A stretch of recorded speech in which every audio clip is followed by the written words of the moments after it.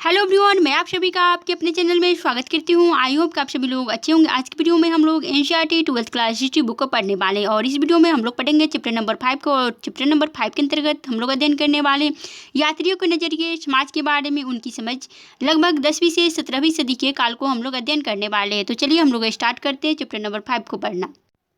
महिलाओं और पुरुषों ने कार्य की तलाश में प्राकृतिक आपदाओं से बचाव के लिए व्यापारियों, सैनिकों, पुरोहितों और तीर्थयात्रियों के रूप में या फिर साहस की भावना से प्रेरित होकर यात्रा की है। वे जो किसी नए स्थान पर आते हैं अथवा बस जाते हैं, निश्चित रूप से एक ऐसी दुनिया को समक्ष पाते हैं जो भूदृश्य या फिर भौतिक परिवेश के संदर्भ में और साथ ही लोगों की प्रथाओं, भाषाओं, आस्था तथा व्यवहार में भिन्न होती है। इनमें से कुछ इन भिन्नताओं के अनुरूप ढल जाते हैं और अन्य जो कुछ हद तक विशिष्ट होते हैं, इन्हें ध्यानपूर्वक अपने वृत्तांतों में लिख लेते हैं, जिनमें असामान्य तथा उल्लेखनीय बातों को अधिक महत्व दिया जाता है। दुर्भाग्य से हमारे पास महिलाओं द्वारा छोड़े गए वृत्तांत लगभग न के बराबर हैं। हालांकि हम यह जानते हैं कि वे भी यात्राएं करती थी। सुरक्षित मिले वृत्तांत अपनी विषय वस्तु के संदर्भ में अलग अलग प्रकार की होती हैं। कुछ दरबार की गतिविधियों से संबंधित होते हैं, जबकि अन्य धार्मिक विषयों या स्थापत्य के तत्वों और स्मारकों पर केंद्रित होते हैं। उदाहरण के लिए 15वीं शताब्दी में विजयनगर शहर के सबसे महत्वपूर्ण विवरणों में से एक हेरात से आए एक राजनयिक अब्दुल रज्जाक समरकंदी से प्राप्त होता है। तो अब्दुल रज्जाक जो है हेरात से आया था और विजयनगर शहर में आया था। कई बार यात्री सुदूर क्षेत्रों में नहीं जाते हैं। उदाहरण के लिए मुगल साम्राज्य में प्रशासनिक अधिकारी कभी कभी साम्राज्य के भीतर ही भ्रमण करते थे और अपनी टिप्पणियां दर्ज करते थे। इनमें से कुछ अपने ही देश की लोकप्रिय प्रथाओं तथा जन वार्ताओं और परंपराओं को समझना चाहते थे।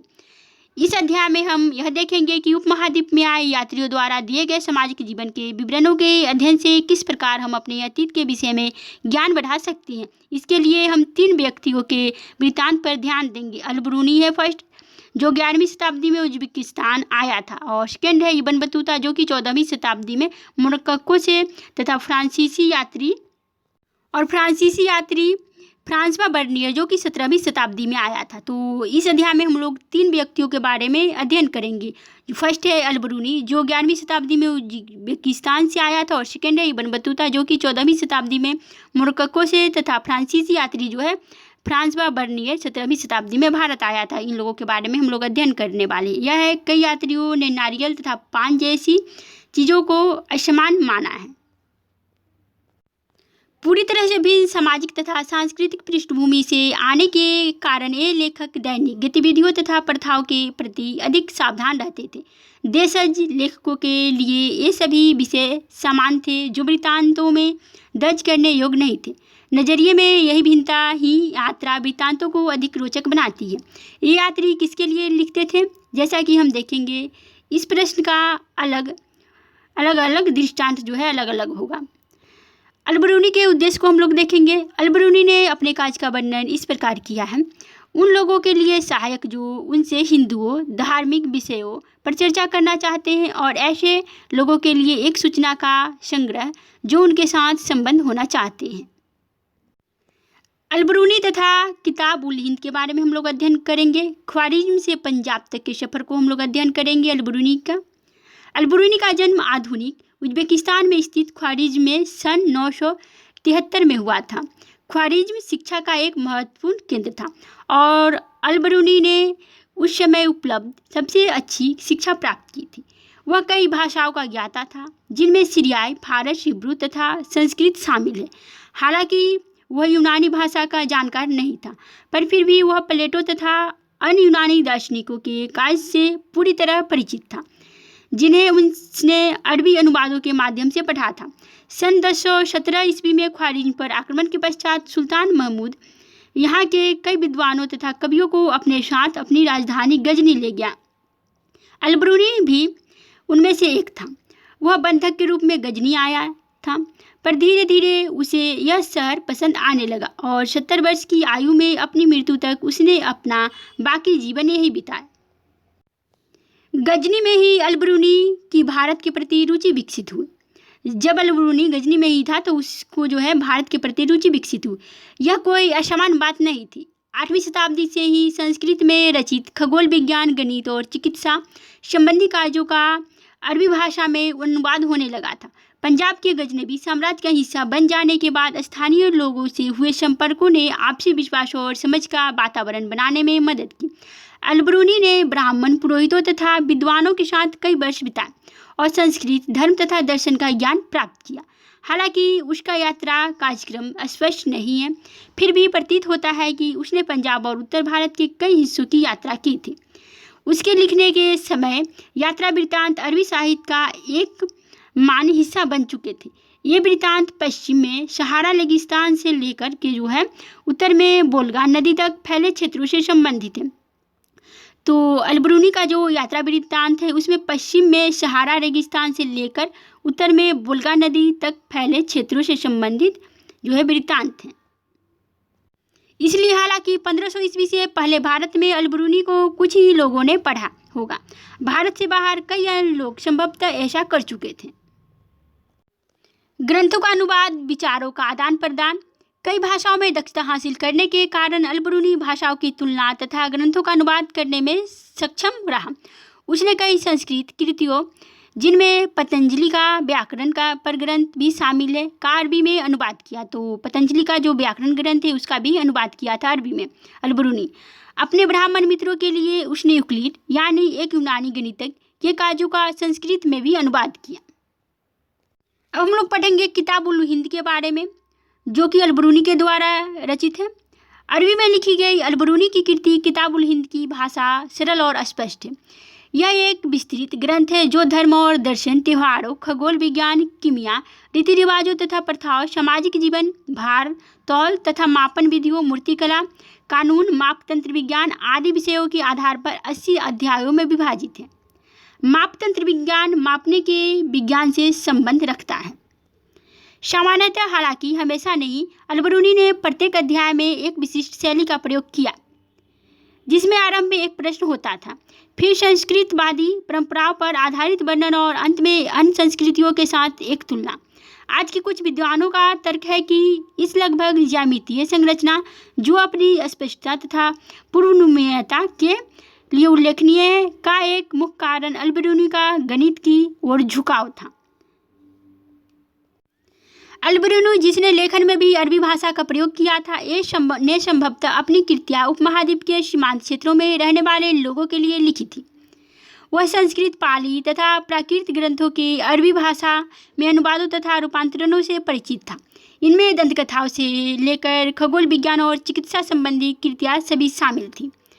पर साथ ही इन ग्रंथों की लेखन सामग्री, शैली के विषय में उसका दृष्टिकोण आलोचनात्मक था और निश्चित रूप से वह उनमें सुधार करना चाहता था। अब हम लोग हिंदू के बारे में पढ़ेंगे। हिंदू शब्द लगभग 6वीं से 5वीं शताब्दी ईसा पूर्व में प्रयुक्त होने वाला एक प्राचीन फारसी शब्द, जिसका प्रयोग सिंधु नदी के पूर्व के क्षेत्र के लिए होता था।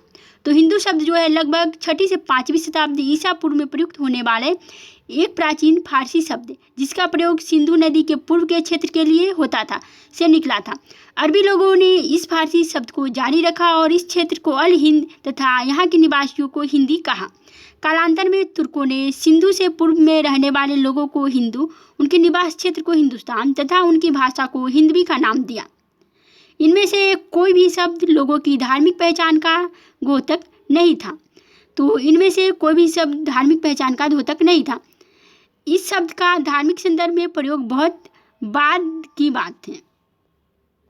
यह एक चित्र है 13वीं शताब्दी की अरबी पांडुलिपि का एक चित्र, जिसमें 6वीं शताब्दी ईसा पूर्व एथेंस के राजनेता एवं कवि सोलोन को विद्यार्थियों को संबोधित करते हुए दिखाया गया। यह विद्यार्थी और यह सोलोन है। एक अपरिचित संसार की समझ, अल-बरूनी तथा संस्कृतवादी परंपरा के बारे में हम लोग अध्ययन करेंगे। अब समझने में बाधाएं और उन पर विजय। जैसा कि हमने देखा है, यात्रियों ने उपमहाद्वीप में जो भी देखा सामान्यतः उसकी तुलना उन्होंने उन प्रथाओं से की जिनसे वे परिचित थे। प्रत्येक यात्री ने जो देखा उसे समझने के लिए एक अलग विधि अपनाई है। उदाहरण के लिए अल-बरूनी अपने लिए निर्धारित उद्देश्य में निहित समस्याओं से परिचित था। उसने कई अवरोधों को चर्चा की है जो उसके अनुसार समझ में बाधक थे। इनमें से पहला अवरोध भाषा थी। उसके अनुसार संस्कृत, अरबी और फारसी से इतनी भिन्न थी कि विचारों और सिद्धांतों को एक भाषा से दूसरी में अनुवादित करना आसान नहीं था। उनके द्वारा चिन्हित दूसरा अवरोध धार्मिक अवस्था और प्रथा में भिन्नता थी। उसके अनुसार तीसरा अवरोध अभिमान था। यहाँ रोचक बात यह है कि इन समस्याओं की जानकारी होने पर भी अल-बिरूनी लगभग पूरी तरह से ब्राह्मणों द्वारा रचित कृतियों पर आश्रित रहा। उसने भारतीय समाज को समझने के लिए अक्सर वेदों, पुराणों, भगवद गीता, पतंजलि की कृतियाँ तथा मनुस्मृति आदि से अंश उद्धृत किए।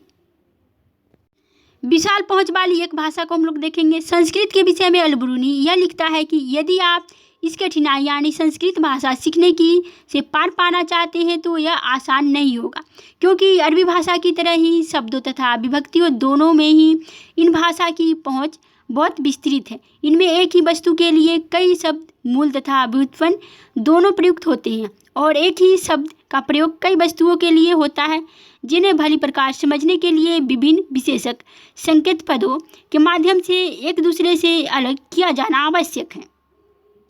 अब हम लोग देखेंगे अल-बिरूनी का जाति व्यवस्था का विवरण किस प्रकार दिया है उसके बारे में। अल-बिरूनी ने अन्य समुदायों में प्रतिरूपों की खोज के माध्यम से जाति व्यवस्था को समझने और व्याख्या करने का प्रयास किया। उसने लिखा कि प्राचीन फारस में 4 सामाजिक वर्गों को मान्यता थी: घुड़सवार और शासक वर्ग, भिक्षु, अनुष्ठानिक, पुरोहित तथा चिकित्सक, खगोलशास्त्री तथा अन्य वैज्ञानिक और अंत में कृषक तथा शिल्पकार थे। दूसरे शब्दों में वह यह दिखाना चाहता था कि ये सामाजिक वर्ग केवल भारत तक ही सीमित नहीं थे। इसके साथ ही उसने यह दर्शाया कि इस्लाम में सभी लोगों को समान माना जाता था और उनमें भिन्नताएं केवल धार्मिकता के पालन में थी। जाति व्यवस्था के संबंध में ब्राह्मणवादी व्याख्या को मानने के बावजूद अल-बिरूनी ने अपवित्रता की मान्यता को अस्वीकार किया। उसने लिखा कि हर वह वस्तु जो अपवित्र हो जाती है अपनी पवित्रता की मूल स्थिति को पुनः प्राप्त करने का प्रयास करती है और सफल होती है। सूरज हवा को स्वच्छ करता है और समुद्र में नमक पानी को गंदा होने से बचाता है। अल-बिरूनी जोर देकर कहता है कि यदि ऐसा नहीं होता तो पृथ्वी पर जीवन असंभव होता। उसके अनुसार जाति व्यवस्था में सन्निहित अपवित्रता की अवधारणा प्रकृति के नियमों के विरुद्ध थी। अल-बिरूनी कहता है, ईश्वर ही जानता है। यात्री हमेशा उन्हें बताई गई बातों पर विश्वास नहीं करते थे। अल-बिरूनी को जब ऐसी लकड़ी की मूर्ति की कहानी के बारे में पता चला तो तथाकथित रूप से 2,16,432 वर्षों तक अस्तित्व में रही, तो वह पूछता है, फिर लकड़ी इतने लंबे समय तक अस्तित्व में कैसे रही होगी, विशेष रूप से ऐसे स्थान पर जहां हवा और मिट्टी काफ़ी आर्द्र होती है।